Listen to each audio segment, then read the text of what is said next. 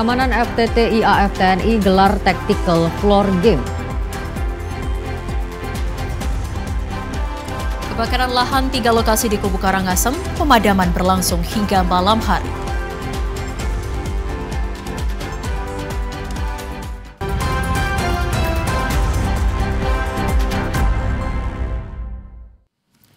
Om Swastiastu.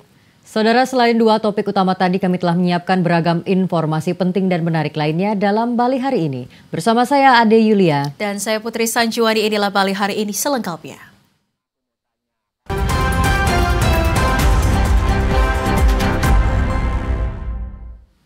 Saudara, guna pengamanan tamu VVIP pada kegiatan Forum Tingkat Tinggi Indonesia Afrika atau IAF kedua di Bali, TNI menggelar Tactical Floor Game atau TFF. Tactical Floor Game ini diselenggarakan untuk mengantisipasi setiap dinamika yang mungkin muncul selama High Level on Multi-Stakeholder Partnership dan IAF 2024.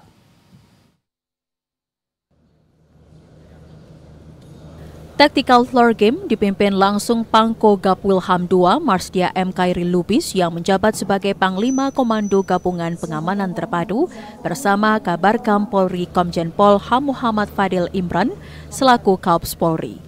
Pangkogap Wilham II Marsdia TNI M. Khairil Lubis mengatakan informasi terakhir FTT Indonesia Afrika akan dihadiri oleh 7 setingkat kepala negara dan diikuti oleh 1.500 lebih delegasi. IAF tidak hanya forum strategis yang akan menghasilkan kerjasama di bidang ekonomi, pendidikan, namun juga mampu meningkatkan sinergi di bidang pertahanan. Ada 2 kegiatan yang digabung sehingga bisa terlaksana, teragendakan di akhir masa jabatan Pak Presiden Jokowi. Jadi diharapkan adalah forum strategis yang menghasilkan kebijakan kerjasama bukan hanya bidang ekonomi, sosial budaya, termasuk ke pendidikan atau mengarah ke pertahanan. Kalau kita selama ini ada mengenal konferensi Asia Afrika yang mungkin hanya beberapa tahun ini kosong, ini adalah kegiatan untuk di sela-sela itu Indonesia dengan Afrika Forum. Itu. Indonesia Afrika Forum merupakan pertemuan antara Indonesia dengan negara-negara di benua Afrika yang membahas sejumlah isu seperti energi dan pangan. Sementara HLF-MSP merupakan forum internasional yang akan membahas 3 isu penting, yakni politik global, kerusakan lingkungan, dan melemahnya multilateralisme. FTT, IAF, dan HLF-MSP akan berlangsung dari tanggal 1 hingga 3 September di Nusa Dua Bali. Haris Zulprima melaporkan. Saudara, kebakaran lahan masih terus terjadi di sejumlah desa di Kecamatan Kubu, Kabupaten Karangasem. Terbaru kebakaran terjadi di 3 lokasi berbeda. Petugas pemadam kebakaran harus berjibaku memadamkan api hingga malam hari.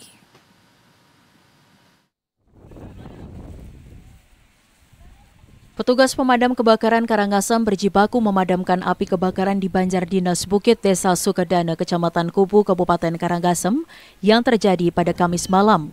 Tiupan angin kencang membuat api dengan cepat membesar dan makin meluas melalap habis kebun mangga dan jambu mete milik warga dusun setempat. Kondisi lokasi yang gelap serta lahan yang terbakar cukup luas cukup menyulitkan petugas dalam melokalisir api agar tidak mendekat ke areal perumahan warga. Beruntung dengan mengerahkan seluruh armada dan bantuan warga, api kebakaran lahan di lokasi ini berhasil dipadamkan pada Jumat dini hari. Total luas lahan yang terbakar di lokasi ini mencapai 10 hektar. Sebelumnya, di hari yang sama pada Kamis siang, kebakaran lahan juga terjadi di Banjar Dinas Palekelot, Desa Tianyar. Kejadian kebakaran lahan di wilayah ini menghanguskan 30 hektar lahan perkebunan mangga dan jambu mete milik sejumlah warga setempat. Jadi 3 kebakaran sebenarnya. Jadi yang bisa kita tangani 3 kebakaran dan 1 kebakaran malah belum bisa kita tangani. Jadi yang pertama itu kejadiannya ada yang di Paleg, kemudian ada yang di Kutuh Punggul. Itu sama-sama kebakaran lahan. Itu kita menerima laporan sekitar jam 12 siang. Kita sudah berangkat bergerak ke lapangan jadi untuk melakukan penanganan. Dan untuk kebakaran yang malam yang lumayan besar. Sementara itu kebakaran lahan juga terjadi di lokasi lain yakni di Banjar Eka Atnyane, Desa Tianyar Timur dengan luas lahan yang terbakar mencapai 2 hektar. Dan saat ini pada Jumat siang, petugas pemadam kebakaran Karangasem masih berada di Kecamatan Kubu untuk melakukan pemantauan. Andi Hussein melaporkan. Saudara, ratusan peneliti dan akademisi dari 37 negara bertemu dalam Gala Dinner Joint ASEAN Conference on Business and Economic Studies 2024. Melalui kegiatan networking yang dilaksanakan pada Kamis malam, para peneliti dan akademisi dari berbagai negara ini diharapkan dapat berkolaborasi secara berkelanjutan.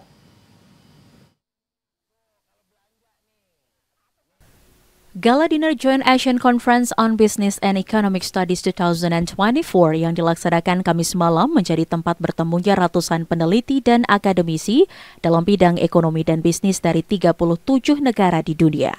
Kegiatan ini juga untuk membangun jaringan dan menciptakan wawasan baru tentang hasil penelitian yang berhubungan dengan ilmu ekonomi dan bisnis, serta menjadi jembatan bagi para peneliti dan akademisi untuk berkolaborasi secara berkelanjutan. Kolaborasi antar peneliti dan akademisi ini ke depan diharapkan dapat melahirkan karya-karya ilmiah yang memberikan dampak langsung terhadap kehidupan masyarakat. Di samping networking, Gala Dinner Joint ASEAN Conference on Business and Economic Studies 2024 juga memberikan apresiasi terhadap sejumlah peneliti yang karya ilmiahnya terpilih menjadi karya ilmiah terbaik. Joint ASEAN Conference ini adalah conference yang dilaksanakan pada bidang ekonomi. Jadi ekonomi sendiri ada 3 bidang, yaitu bidang akuntansi, ekonomi, dan manajemen. Jadi semua menjadi topik yang menarik tentunya pada acara Joint ASEAN Conference. Diadakannya penelitian ini adalah salah satu upaya dari Fakultas Ekonomi sendiri untuk membangun jaringan internasionalnya.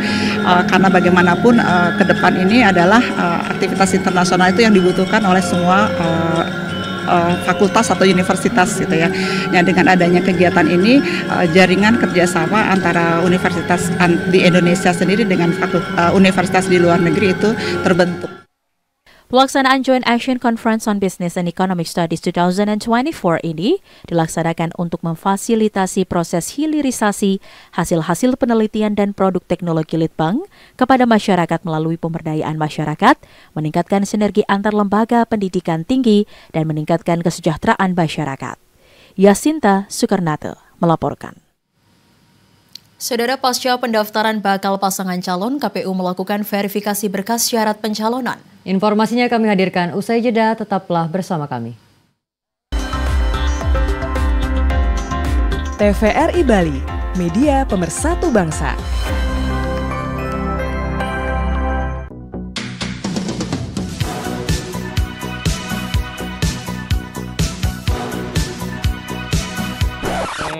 Rame banget, Dul. Iya.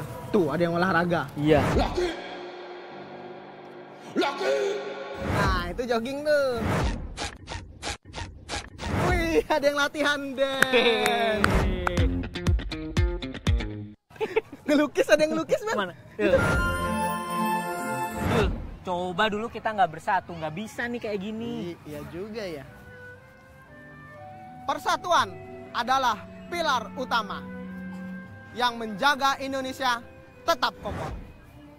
Perbedaan bukan halangan, perbedaan yang membuat kita menjadi satu. Karena kita Indonesia.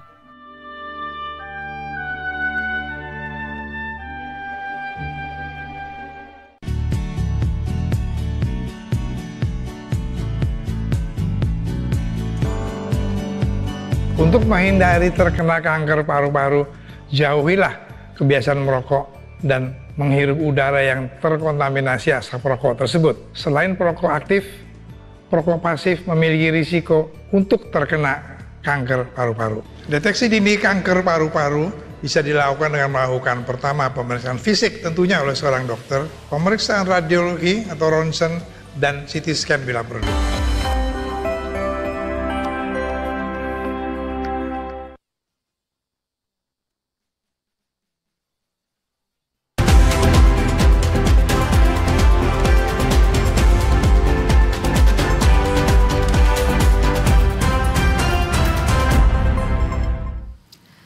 Saudara, informasi seputar tahapan Pilkada serentak tahun 2024 diawali dengan 3 Paslon Bupati Wakil Bupati Bangli resmi mendaftar pada hari terakhir pendaftaran di KPU Kabupaten Bangli. Proses pendaftaran berlangsung semarak dengan menampilkan berbagai parade dari masing-masing Paslon.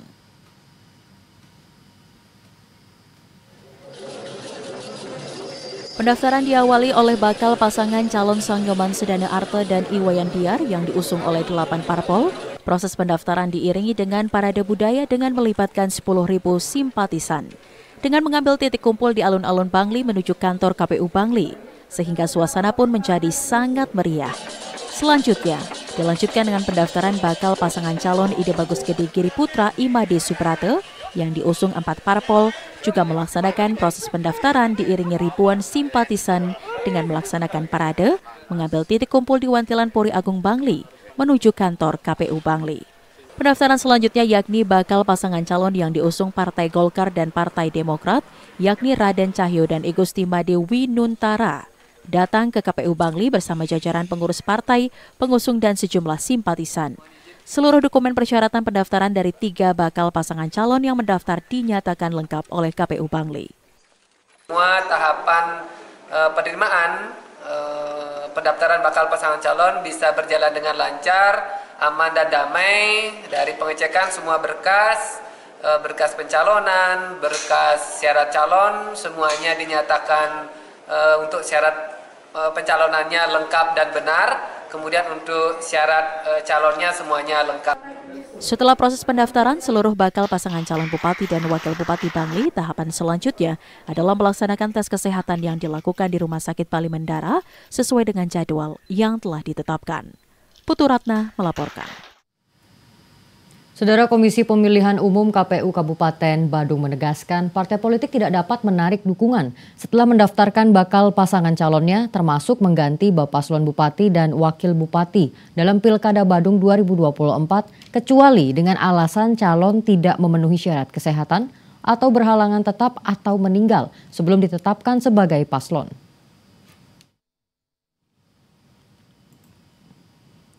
Ribuan simpatisan dan pendukung 2 bakal paslon yang diusung parpol maupun koalisi parpol telah memadati kantor KPU Badung di Geraha Pemilu Alaya Girinata pada hari terakhir pendaftaran paslon tanggal 29 Agustus 2024 kemarin.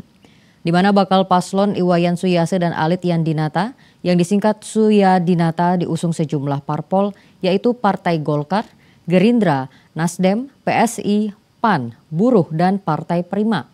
Sedangkan bakal paslon Iwayan Adi Arnawo dan Bagus Alit Sucipta atau yang disingkat Adi Cipta diusung oleh PDIP, Demokrat, Hanura, Perindo, PKB, PBB, dan Gelora Indonesia. Ketua KPU Badung Igusti Ketut Gede Yusa Arsana Putra menjelaskan partai politik atau gabungan partai politik yang sudah mendaftar sebagai pengusung pasangan calon di KPU Badung tidak bisa menarik kembali dukungannya, termasuk dilarang mengganti calonnya kecuali dengan alasan tidak memenuhi syarat kesehatan atau berhalangan tetap atau meninggal sebelum ditetapkan sebagai paslon. Untuk dukungan setelah kita terima dan nyatakan lengkap itu sudah tidak bisa ditarik lagi. Sehingga dari awal kami sudah sampaikan juga kepada kawan-kawan partai politik ketika mau melaksanakan atau melakukan kesepakatan koalisi, mereka harus mempertimbangkan segala sesuatunya dan dilakukan di internal mereka, di antara mereka. Kami KPU Badung tidak boleh masuk ke ranah itu karena itu betul-betul ranahnya partai politik. Kalau nanti penggantian paslon itu hanya dengan alasan tidak memenuhi syarat kesehatan misalnya atau meninggal atau berhalangan tetap. Diketahui terkait larangan parpol atau gabungan parpol menarik dukungan telah diatur dalam ketentuan pasal 43 Undang-Undang Nomor 1 Tahun 2015. Pasal tersebut menyebutkan Gabungan partai politik dilarang menarik calonnya dan atau calonnya dilarang mengundurkan diri terhitung sejak pendaftaran sebagai calon pada KPU Provinsi atau KPU Kabupaten Kota. Setelah proses pendaftaran paslon yang berakhir kemarin, KPU Badung akan melakukan penelitian persyaratan administrasi calon yang telah mendaftar. Proses ini dilakukan sejak 29 Agustus hingga 4 September 2024 dan selanjutnya KPU Badung akan mengumumkan penetapan paslon yang akan berlaga di Pilkada tahun ini pada 22 September 2024 dan sehari setelahnya KPU Badung akan mengundi nomor urut paslon. Usai berakhirnya masa pendaftaran bakal pasangan calon ke KPU Karangasem akan dilanjutkan dengan tahapan pemeriksaan administrasi seluruh bakal pasangan calon. Bakal pasangan calon Bupati Wakil Bupati dari jalur perseorangan yakni pasangan Iwayan Kari Subali Iketut Ismaya Jaya menjadi yang terakhir mendaftar ke gedung KPU Kabupaten Karangasem pada Kamis sore. Ketua KPU Karangasem mengatakan usai mendaftar 3 bakal pasangan calon Bupati dan Wakil Bupati Karangasem ke KPU, selanjutnya 3 bakal pasangan calon tersebut mulai tanggal 28 Agustus hingga tanggal 2 September akan menjalani pemeriksaan kesehatan di Rumah Sakit Palimandara Sanur, Denpasar, sesuai jadwal yang ditentukan KPU Karangasem. Hasil dari pemeriksaan administrasi syarat calon ini akan kita berikan kepada pasangan calon itu mulai tanggal 4 sampai dengan tanggal 6. Nah, jika di dalam syarat calon ini ada yang belum sesuai atau yang belum benar, itu akan dikembalikan ke pasangan calon untuk melengkapi. Karena di sini ada perbaikan, ada masa perbaikan untuk syarat calonnya. Sementara itu, usai berakhirnya masa pendaftaran bakal pasangan calon ke KPU Karangasem, tahapan berikutnya yakni tahap pemeriksaan administrasi bakal pasangan calon. Jika nantinya ditemukan ada kesalahan atau kekurangan berkas pendaftaran, maka KPU akan memberikan kesempatan kepada bakal pasangan calon bersangkutan untuk melakukan perbaikan. Andi Husain melaporkan. Saudara, semasa pendaftaran Paslon Bupati dan Wakil Bupati Kelungkung, Bawaslu tidak menemukan adanya pelanggaran. Hal tersebut atas peran semua pihak yang berkomitmen wujudkan pilkada netral dan bermartabat.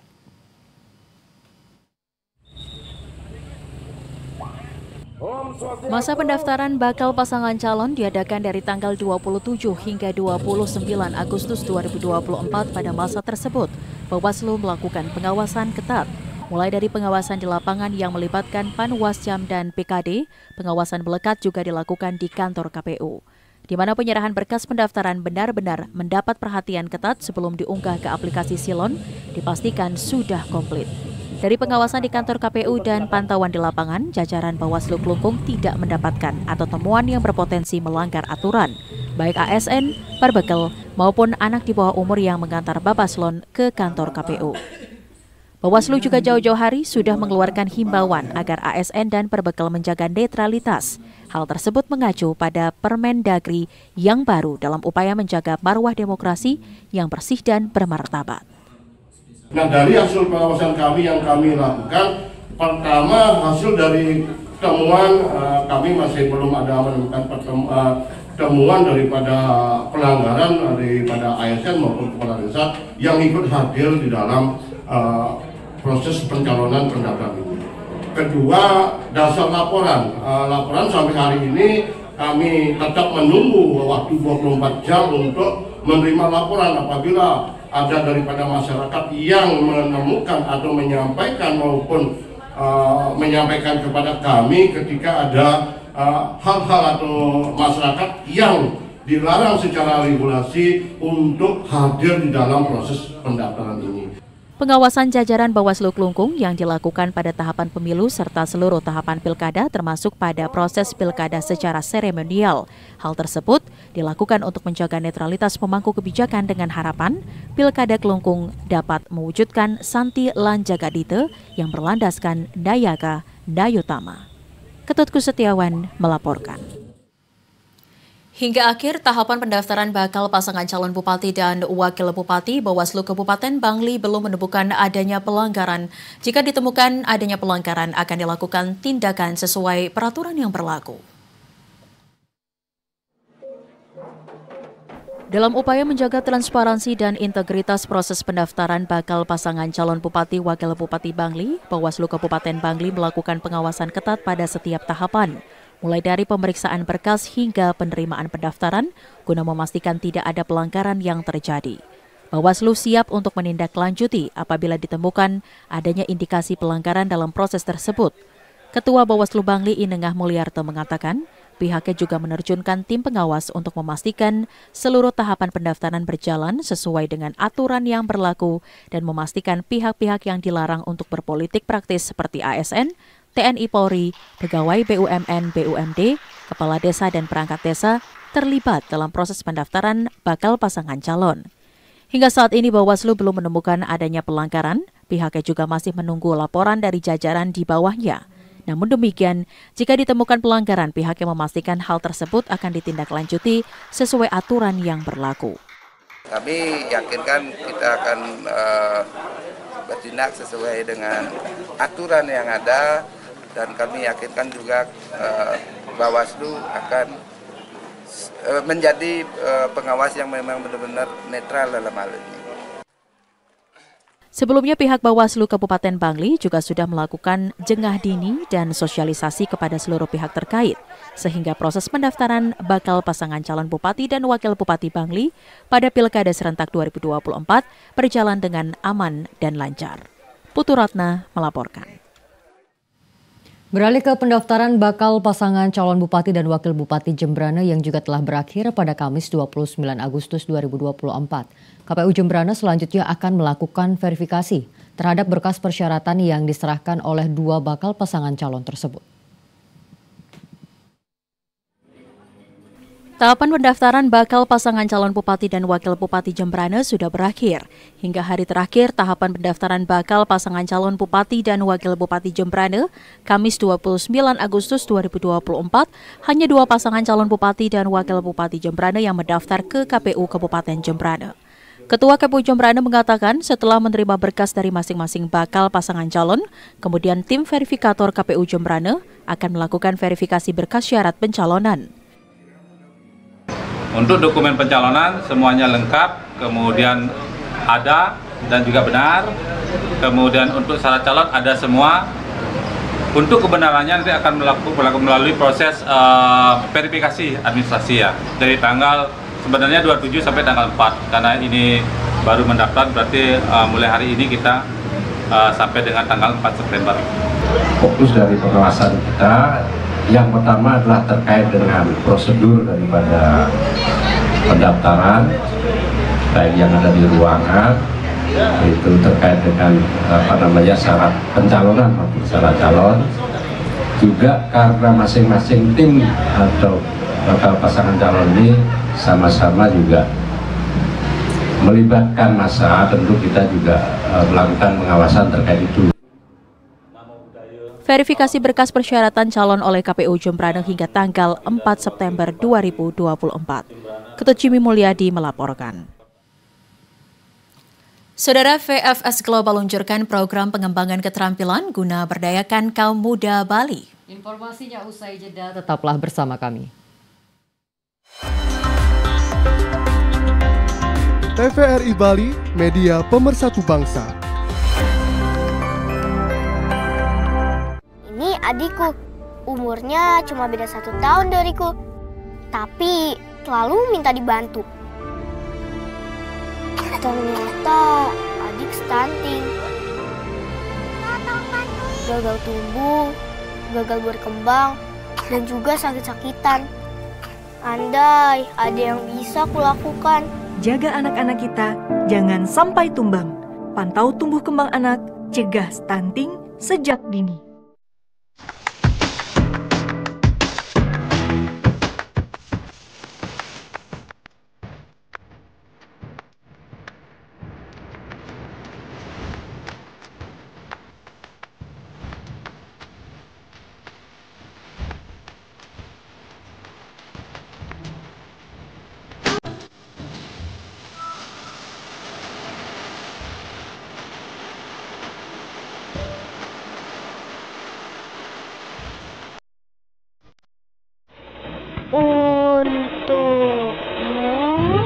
Pahlawanku. Kak, siapa pahlawan idola kakak? Kalau kakak mengidolakan semua pahlawan kita. Pada masa penjajahan dulu, pahlawan kita mengorbankan nyawanya untuk mempertahankan kemerdekaan. Kalau sekarang, ada nggak sih pahlawan, Kak? Guru kita kan juga pahlawan tanpa tanda jasa. Makanya kita harus giat belajar supaya bisa berprestasi. Marsha mau jadi pahlawan kemanusiaan.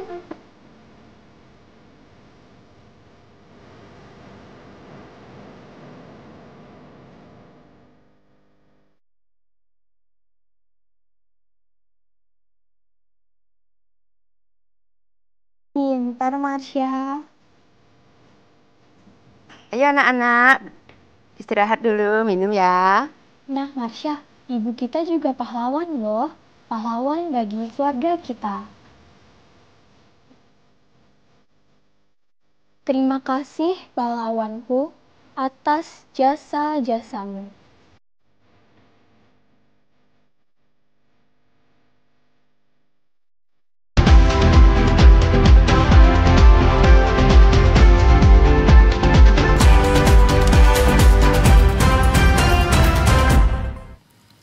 Anda kembali menyaksikan Bali hari ini, Saudara. 200 siswa SMK Pariwisata Harapan akan mendapat pelatihan bahasa Inggris dan sektor pariwisata untuk meningkatkan daya saing dalam industri pariwisata.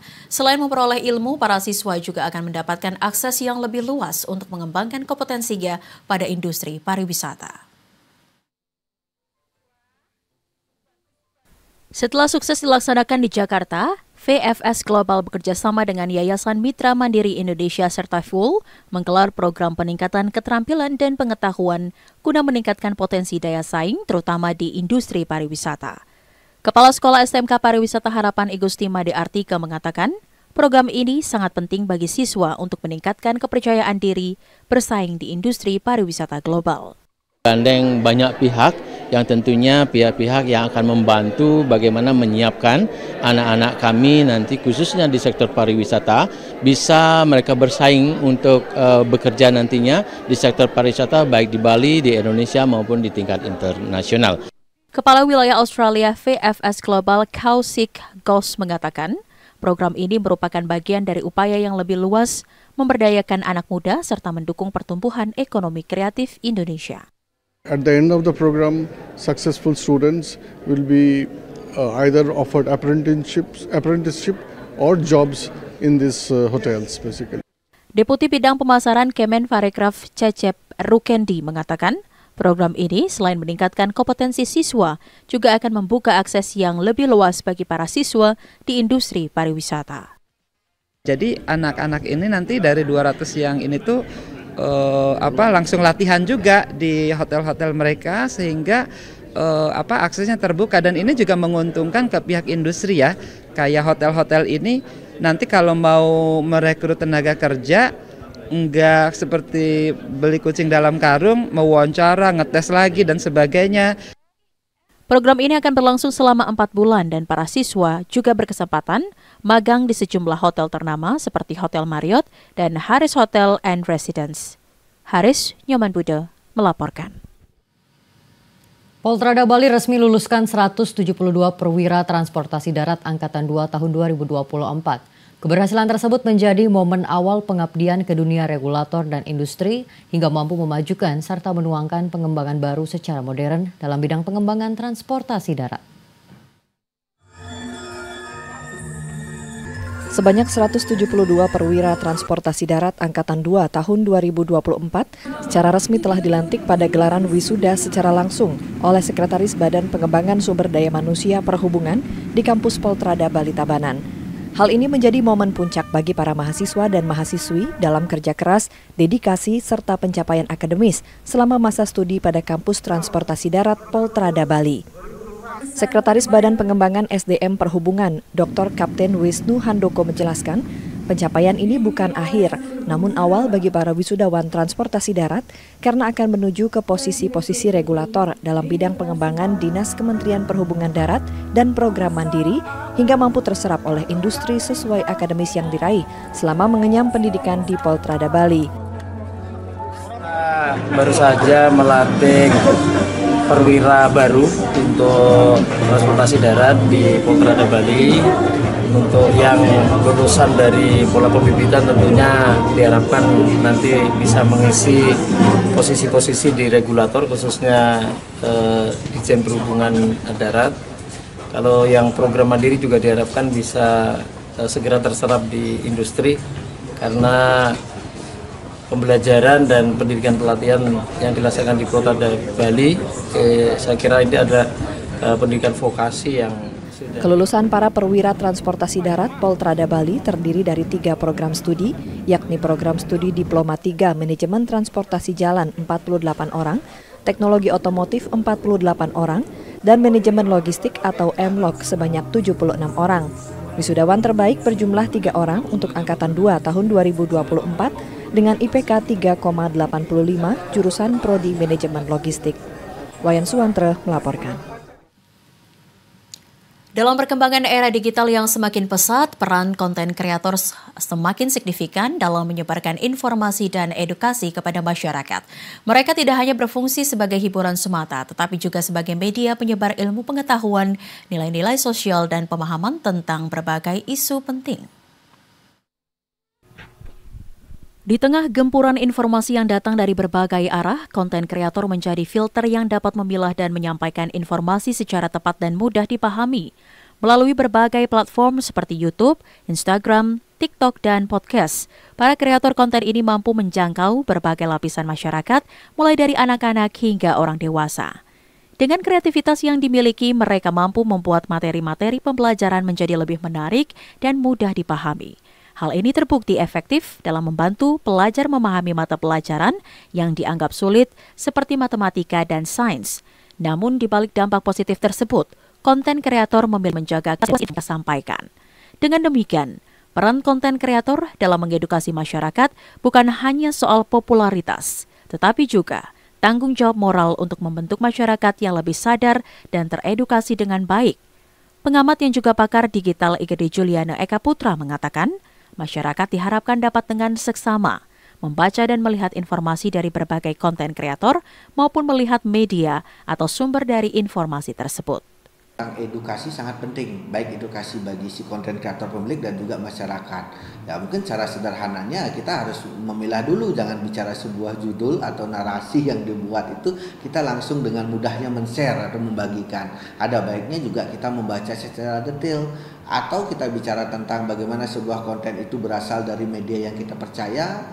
Itu juga harus kuat di diri kita sebagai masyarakat dalam menyiasati perkembangan konten digital yang begitu cepat ini. Kedepan diharapkan semakin banyak konten kreator yang mengangkat tema-tema edukasi dan menjadikan media sosial sebagai sarana untuk mencerdaskan masyarakat. Boy melaporkan. Saudara, kunjungan wisatawan baik domestik maupun mancanegara pasca COVID-19 ke Bali, khususnya di Kota Denpasar, kini meningkat tajam. Hal ini terlihat dari tingginya aktivitas pariwisata belakangan ini. Namun sebagai destinasi wisata populer, Kota Denpasar masih menghadapi sejumlah tantangan untuk menjadi kota yang nyaman bagi wisatawan.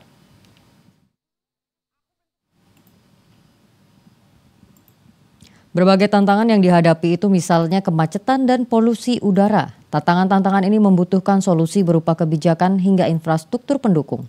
Pejabat fungsional Adiatama Kepariwisataan dan Ekonomi Kreatif Dinas Pariwisata Kota Denpasar, Ketut Suparto mengatakan Kota Denpasar sudah sangat berbenah dalam beberapa tahun ini yang ditunjukkan dengan berbagai pembangunan untuk mendukung pengalaman berlibur berwisata. Namun demikian dirinya mengakui peningkatan infrastruktur tersebut belum cukup. Disparda terus bekerja sama dengan pelaku wisata untuk meningkatkan kenyamanan wisatawan. Tantangan berat yang dihadapi Kota Denpasar antara lain berupa adanya kemacetan dan juga polusi udara tersebut, dan pemecahan masalah ini membutuhkan kolaborasi berbagai pihak, tidak hanya pemerintah. Dikatakan pula pemerintah memiliki kemampuan yang terbatas untuk mengatasi semua permasalahan. Sementara itu senior ekonomis BTB Bali Trisno Nugroho menekankan Kota Denpasar harus mampu mempertahankan diri sebagai kota budaya sekaligus wisata. Menurutnya semua pihak harus menjaga agar bisa menjadi pariwisata di ibu kota Bali ini. Saudara, informasi menarik lainnya akan kami hadirkan sesaat lagi. Tetaplah bersama Bali hari ini.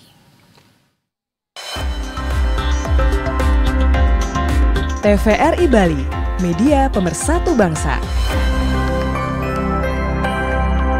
Takut aki jol aku mulai dalam takut ngajak beli aneh jane ilo sing salah pilih. Om Swastiastu, ilo sing salah pilih, tiang sing salah pilih, nalar idanane sing salah pilih nalar. Yening nonton klip Bali. Lewat acara puniki, acara klip Bali, ngajak yang seni, gending Bali, lewat acara puniki.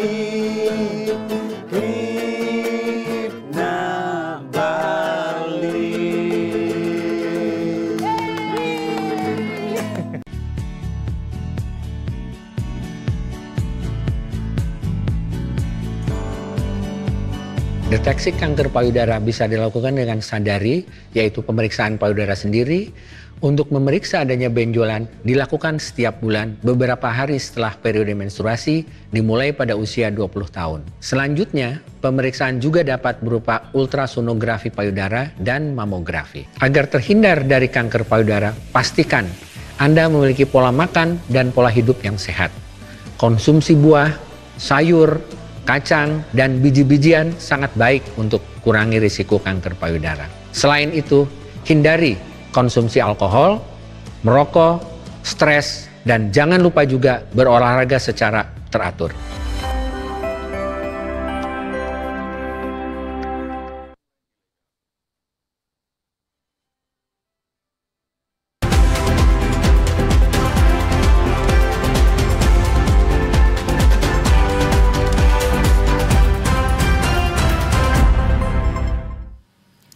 Konsep kebun dan peternakan menjadi daya tarik wisata baru di Kabupaten Buleleng. Dengan menampilkan hewan yang jarang ditemui di Indonesia, Bali Farmhouse mulai ramai dikunjungi. Wilayah Desa Pancasari, Kecamatan Sukesade, Kabupaten Buleleng memang kerap menjadi pilihan liburan keluarga. Desa yang berlokasi di paling selatan Kabupaten Buleleng tersebut memiliki cuaca yang sejuk hingga sayuran banyak tumbuh di desa tersebut. Desa Pancasari juga memiliki Danau Buyan yang sudah dikenal di kalangan wisatawan.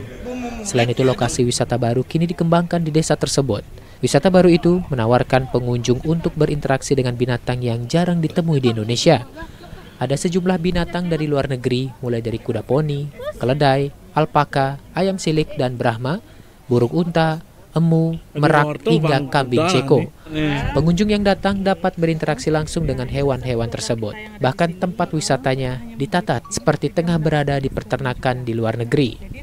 Untuk masuk ke dalam Bali Farmhouse, kenakan biaya tiket untuk dewasa sebesar Rp125.000 dan anak-anak Rp100.000, serta ada juga paket keluarga senilai Rp405.000. Ceritanya begini Pak, jadi awal mula tim Balisu itu ada progres untuk di sini namanya outbound. Jadi outbound itu di sini namanya Sowan Garden, seperti itu. Jadi dia mengadakan outbound di sini untuk pegawainya.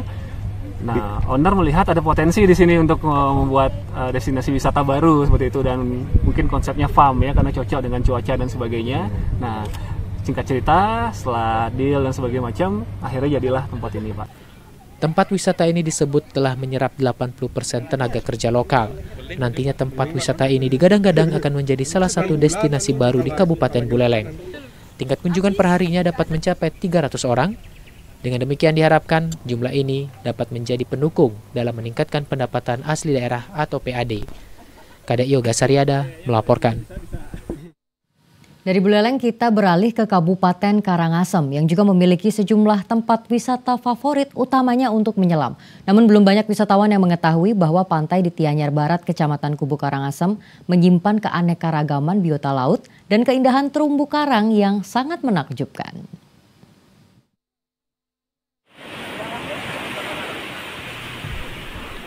Saat ini pantai di Tianyar Barat memang belum dikenal sebagai spot diving oleh wisatawan asing. Meskipun sejumlah penyelam profesional telah melihat langsung potensi wisata bawah laut yang dimiliki pantai tersebut. Salah seorang instruktur menyelam Persatuan Olahraga Selam Seluruh Indonesia, POSI Kabupaten Karangasem, Royke Meldi Legi mengatakan potensi wisata diving di pantai Tianyar Barat sangat besar, melihat banyak biota laut dan keanekaragaman terumbu karang yang dijumpai. Tempat ini juga diakui sangat cocok bagi mereka yang menyukai fotografi bawah laut dengan banyaknya spot foto menarik yang dapat diabadikan. Istri jadi model di atas tadi. Memang kondisi penyelaman kita udah agak sore. Cuman kalau secara topografi di sini sangat variatif ya. Posisinya agak sedikit slope tapi masih ditumbuhin karang, terumbu karangnya masih padat, masih tebal. Start dari 4 sampai 11-12 meter itu terumbu karangnya masih oke. Adapun kalau agak sedikit ke dalam sampai di 18-15 itu masih ada terumbu karang tersendiri dengan topografi nyampur pasir, bottom pasir, rubble, dan mantap lah untuk makro wide angle tuh cakep walaupun udah sore masih oke. Roy menambahkan potensi wisata bawah laut di pantai Tianyar Barat ini perlu mendapat perhatian serius pemerintah daerah untuk segera menata kawasan pantai. Hal ini dapat menjadi potensi wisata diving baru yang akan menunjang sektor pariwisata di Kabupaten Karangasem. Putra Widiarsana melaporkan. Baju barong lukis merupakan salah satu souvenir khas Bali yang cikal bakalnya dari Kelurahan Beng, Kabupaten Gianyar. Buah tangan lukisan tangan khas seniman Bali ini menjadi salah satu buah tangan incaran wisatawan yang berkunjung ke Pulau Dewata.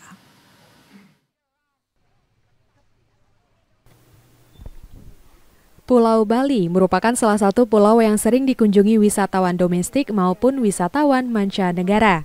Ketika berlibur, tidak lengkap rasanya bila wisatawan yang berkunjung ke Bali tidak membeli souvenir atau buah tangan setelah mengunjungi suatu destinasi wisata yang ada di Pulau Dewata. Salah satu buah tangan yang kerap diincar wisatawan sebagai buah tangan adalah baju barong. Kerajinan khas asal Sukawati Gianyar yang satu ini biasanya kerap dilengkapi dengan tulisan atau aksara Bali, diwarnai dengan motif dan keunikan yang bervariasi. Cikal bakal baju lukisan tangan ini pun berasal dari Kelurahan Beng, Kabupaten Gianyar.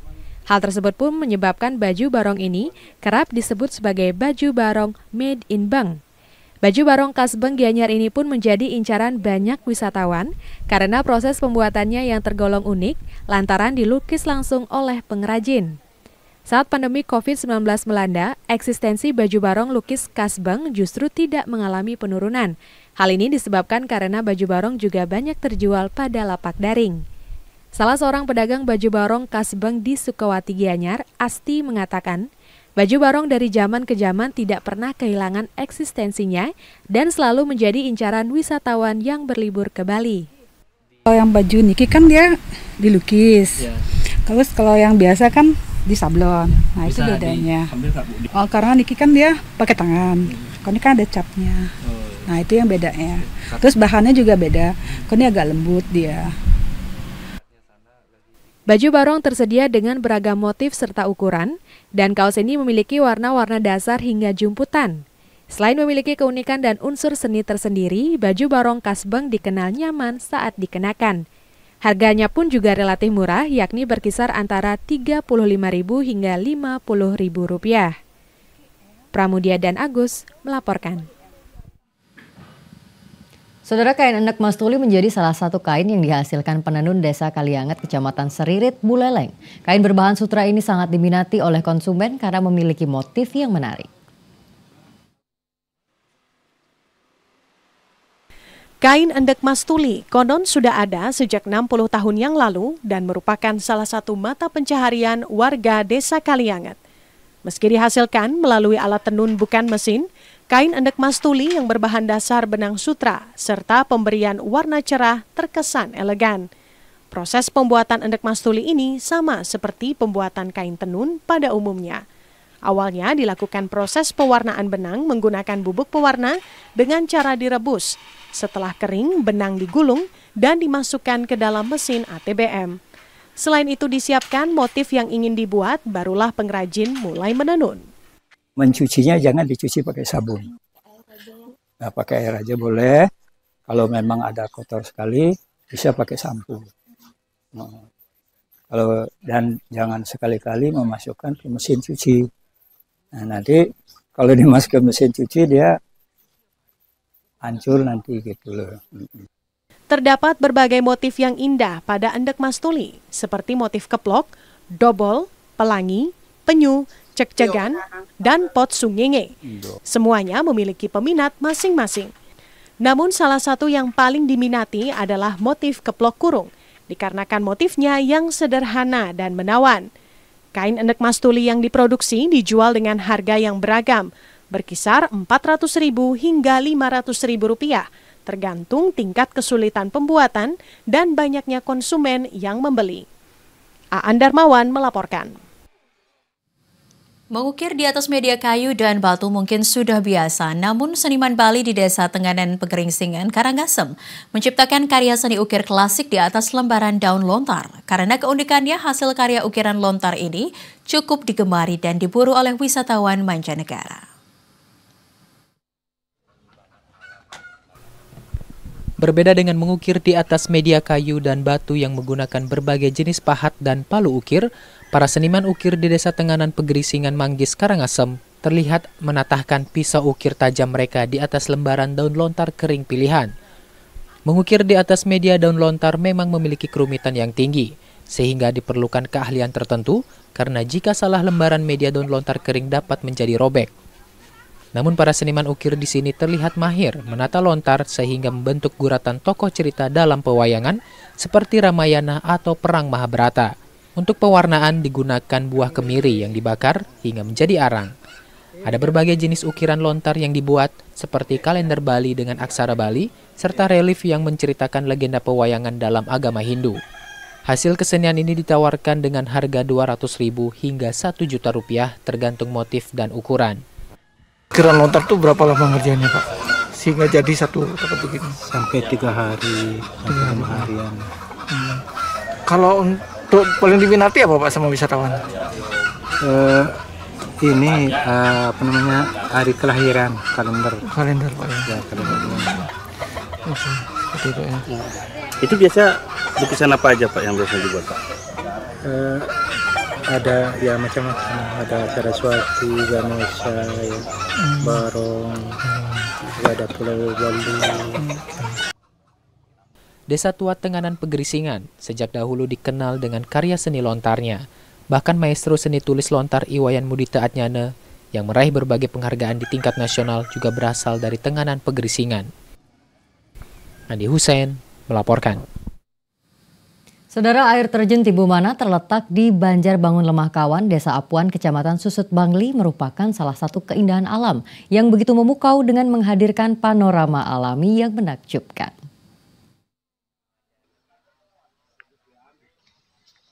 Kabupaten Bangli memiliki berbagai pesona alam yang tersembunyi yang menanti untuk dijelajahi wisatawan. Salah satunya adalah air terjun Tibumana. Air terjun ini menawarkan pengalaman alam memukau bagi para pengunjung yang mencari keindahan alam. Untuk bisa sampai ke lokasi, para pengunjung harus melewati puluhan anak tangga dengan jalan yang sedikit terjal. Dengan suasana alam yang masih asri di sekelilingnya, membuat suasana menjadi menenangkan. Setelah berjalan kurang lebih 300 meter, pengunjung akan disuguhkan panorama alam yang sangat menawan. Dengan tebing-tebing yang diselimuti lumut hijau, air terjun yang jernih, serta palung sungai yang dalam berwarna biru menjadi perpaduan yang menarik. Dengan ketinggian mencapai 20 meter dan dikelilingi oleh vegetasi hutan hujan hijau dan lebat, air terjun ini menciptakan pemandangan yang memukau dan menenangkan. Pendesa adat Bagun Lemah Kawan, Inyoman Suwanda mengatakan, hingga saat ini wisatawan yang berkunjung mencapai 250 orang perharinya yang didominasi wisatawan mancanegara. Bagaimana menjual wisata ini dengan sabta pesona. 7 keindahan, 7 kenyamanan yang harus kita pertahankan dalam konsep menarik wisatawan sehingga bisa berkembang dengan baik dan ada peningkatan-peningkatan. Kedepan pihak pengelola akan terus melakukan perbaikan sehingga air terjun Tibu Mana lebih menarik bagi wisatawan sehingga diharapkan dapat meningkatkan perekonomian warga. Putu Ratna melaporkan. Selain Kabupaten Bangli, Saudara, Kabupaten Karangasem juga dikenal memiliki keindahan alam dengan sumber mata air pegunungannya, seperti mata air Telaga Surya dan hulu sungai Telaga Wajah di Banjardinas Tegenan, Desa Menangan, Kecamatan Rendang. Lalu seperti apa keindahan alam ini? Berikut liputannya untuk Anda. Semilir angin dan sejuknya udara lembah hijau, gemericik air, serta suasana alam yang hening, hanya sebagian kecil kedamaian yang bisa dinikmati oleh pelancong maupun wisatawan yang berkunjung ke objek wisata Telaga Surya berlokasi di Banjardinas Tegenan, Desa Menange, Kecamatan Rendang, Kabupaten Karangasem.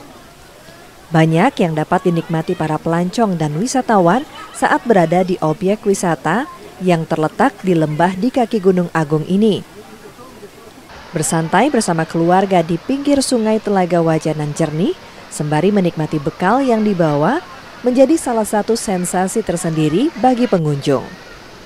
Betapa tidak, hulu sungai Telaga Wajah yang berarus deras ini sangat indah dan masih alami. Pengunjung juga dapat menikmati langsung segarnya air sungai dengan mandi ataupun berendam di sungai dengan air yang dingin ini. Tidak hanya sungai, pengunjung dan wisatawan juga dapat berendam dan berenang di kolam mata air Telaga Surya yang jernih. Terdapat 2 kolam besar dengan kedalaman tertentu, 1 kolam untuk dewasa dan 1 kolam untuk anak-anak. Saat hari libur seperti hari Minggu atau hari libur nasional dan keagamaan, objek wisata ini selalu ramai dikunjungi warga dan wisatawan. Kalau Sabtu Minggu ramai, kalau hari biasa agak sepian. Oke. Pak, biasanya yang banyak pengunjungnya itu pas hari-hari apa aja Pak? Pas hari Sabtu Minggu ya Pak. Sabtu Minggu Pak ya. Itu bisa sampai berapa orang Pak? Kalau hari Minggu bisa nyampe 500 orang, 500-600. Saudara, berikut akan kami hadirkan informasi perakiraan cuaca untuk tanggal 31 Agustus 2024 yang akan disampaikan Prakirawan BBMKG Wilayah 3 Denpasar, Putu Agus Dedi Permana. Halo pemirsa TVRI, berikut perakiraan cuaca di Provinsi Bali untuk hari Sabtu 31 Agustus 2024, di mana cuaca secara umum diprediksi cerah berawan. Lalu, suhu udara diprediksi berkisar antara 20 hingga 32 derajat Celcius. Angin umumnya bertiup dari arah timur hingga selatan dan kecepatan maksimum mencapai 30 km per jam. Untuk peringatan dini, perlu diwaspadai potensi tinggi gelombang laut yang dapat mencapai 2 meter atau lebih di Selat Bali bagian selatan, Selat Badung, Selat Lombok bagian selatan, dan Samudra Hindia Selatan Bali. Demikian informasi cuaca dari BMKG Wilayah 3. Kita kembali ke studio TVRI Bali. Terima kasih. Saudara, demikian Bali hari ini. Siaran TVRI Bali dapat disaksikan melalui aplikasi TVRI Klik dan via satelit Telkom 4. Akhirnya kami mewakili kerabat kerja yang bertugas pamit undur diri. Terima kasih atas perhatian dan kebersamaan Anda. Tetap saksikan TVRI Media Pemersatu Bangsa. Sampai jumpa. Om Santi Santi Santi Om.